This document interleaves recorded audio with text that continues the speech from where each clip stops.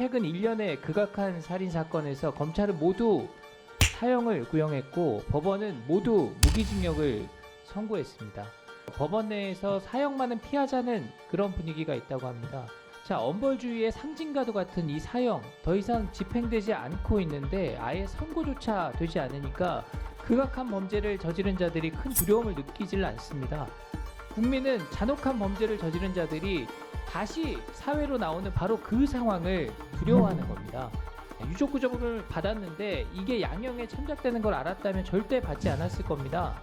국가가 저를 배신하고 국가가 저를 상대로 사기친 겁니다.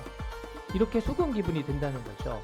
제도가 악용되는 측면이 있다고 보여지는데 보완이 필요하지 않겠습니까? 의견 있으면 말씀해 주십시오.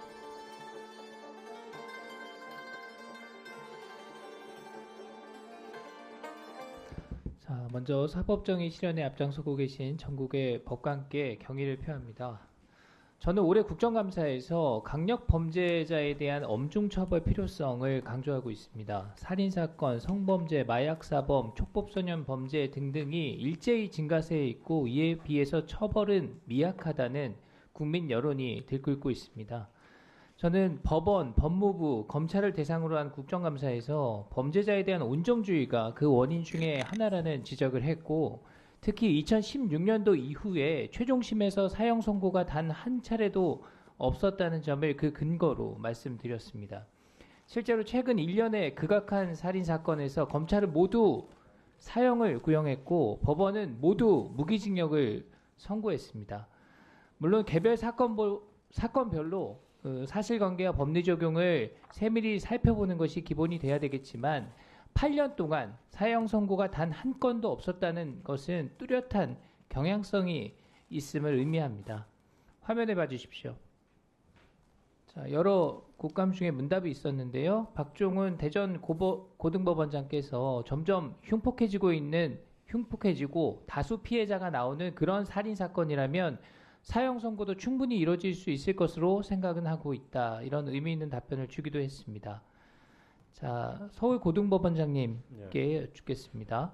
최종심 사형 선고가 오랫동안 없었던 것에 대해서 법원 내에서 사형만은 피하자는 그런 분위기가 있다고 합니다. 필요한 경우에 사형 선고가 이뤄져야 한다는 그런 목소리가 높은데 이에 대한 의견을 간단히 말씀해 주십시오.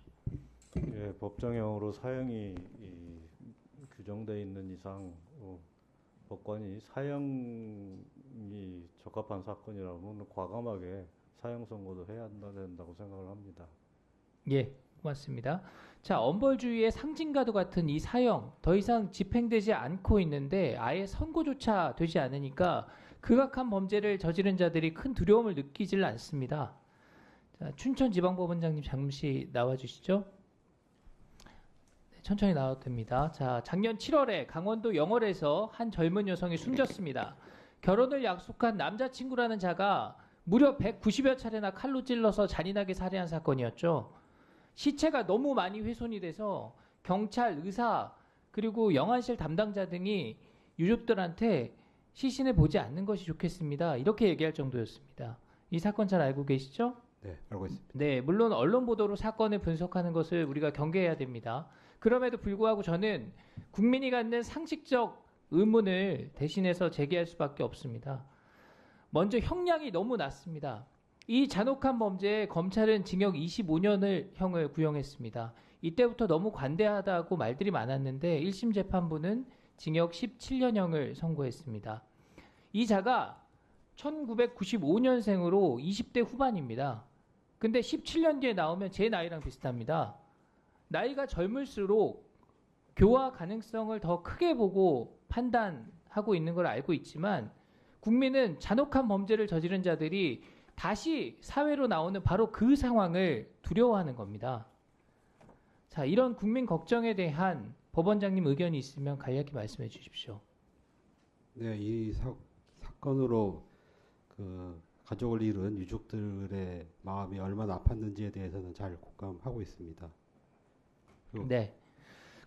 무기징역을 선고해도 20년이 지나면 가석방되는 경우가 많죠. 그래서 살인으로 무기징역을 받고 복역을 하다가 가석방이 돼서 출소해서 나와서 다시 살인을 저지른 그런 사례, 또 살인을 저질러서 재소 중인 교도소 안에서 다른 수감자를 살해한 사건 이런 것들이 지금 다수 일어나고 있습니다. 그런데 심지어 이런 자들한테도 사형 선고가 되지 않는 그 상황에 대해서 저는 매우 큰 우려를 갖고 있습니다. 둘째로 유족 구조금 문제를 지적합니다. 유족 구조금은 피해자를 지원하기 위한 제도입니다. 국가가 범죄 피해자 가족한테 선 지급하고 가해자한테 구상권을 청구하는 형식을 취하고 있죠. 근데 가해자가 검찰에게 구상금을 납부할 경우에 이것을 피해 회복을 위한 노력으로 인정을 해서 양형에 참작을 하고 있다는 겁니다. 한마디로 처벌을 가볍게 해준다는 의미입니다. 자, 피해자 측은 감형이 될 줄은 꿈에도 모르고 국가의 지원금이다 이렇게 이해하고 받았는데 가해자의 처벌이 가벼워지는 것을 보고 더 큰 고통과 자책감을 느끼게 됩니다. 이 지금 190차례 여자친구를 찔러 살해한 유찬아의 1심 판결문에 유족 보호금을 피고인 가족이 지급한 점 등을 고려했다라고 나와 있습니다. 우측 하단입니다. 이에 대해서 피해자 모친께서 이렇게 말씀합니다. 유족 구조금을 받았는데 이게 양형에 참작되는 걸 알았다면 절대 받지 않았을 겁니다. 국가가 저를 배신하고 국가가 저를 상대로 사기친 겁니다. 이렇게 속은 기분이 든다는 거죠. 자, 이 법원장님, 제도가 악용되는 측면이 있다고 보여지는데 보완이 필요하지 않겠습니까? 의견 있으면 말씀해 주십시오. 네, 일단 유족 보호금을 국가가 먼저 지급하고 가해자가 이를 구상한 것과 가해자 측에서 직접 공탁금이나 합의금을 지급한 것을 달리 평가해야 되는 것은 맞습니다. 예, 좋습니다. 자리로 돌아가셔도 좋습니다. 자, 한 언론 분석에 따르면 지난 10년 동안 공개된 판결문 50건을 분석을 했는데 유족 구조금을 정상 참작에 반영한 비율이 72%에 달한다. 이런 분석도 있어서 함께 소개해 드립니다. 자, 마지막으로 정책적 제언을 드립니다.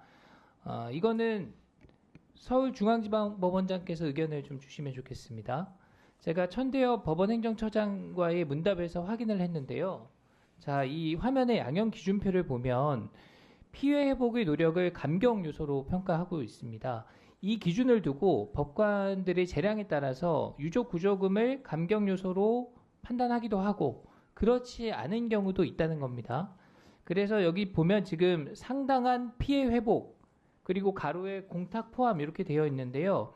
어떤 방식으로 기술하는 게 좋을지 모르겠지만 이 어딘가에 상당한 피해 회복에 해당하는 이 조항에 유족 구조금은 제외한다라는 어떤 그런 단서를 두면 어떤가? 네. 예. 그런 단서를 두면 어떤가 하는 게 제 생각입니다. 혹시 이에 대해서 의견 있으면 간략히 말씀해 주십시오. 어쨌든 유족 구조금은 그 헌법 관련 법령에 따라 피해자 유족에게 주어지는 권리이고 권리 행사인데 그게 가해자의 유리한 양형 요소로 참작된다는 건 좀 모순점이 있는 것 같습니다. 그런 어떤 문제 의식을 기반으로 삼아서 관련 양형 실무 연구회 등을 개최해서 적절한 의견을 제시해 볼까 생각합니다. 예, 답변 감사합니다. 이상입니다.